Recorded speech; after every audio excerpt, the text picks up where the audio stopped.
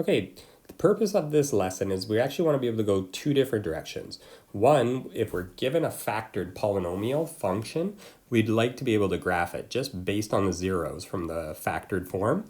Or if we're given a polynomial graph, that we can actually guess what the factored form was from our polynomial graph. Okay, first thing I'm going to look at is this factor x minus 3. This gives me what I call a single zero at 3. So it's single because it's raised to the power of 1.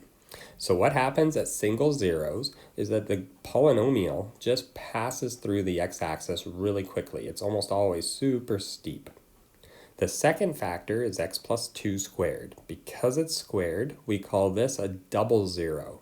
So this is a double zero at negative 2.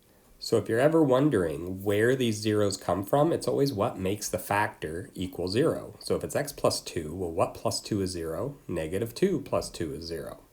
So what happens at double zeros or any even zero is that the graph just bounces off the x-axis. So if we look at this from left to right, it's kind of coming down, and then it just bounces off the x-axis and goes back up.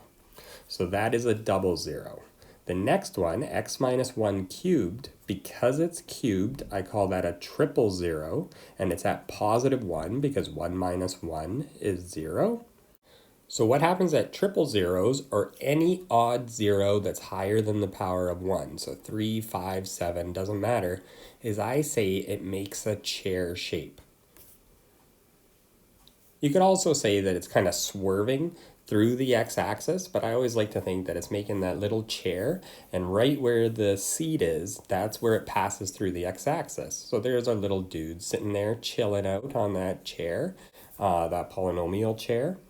So again, you always get a chair shape for any odd zero.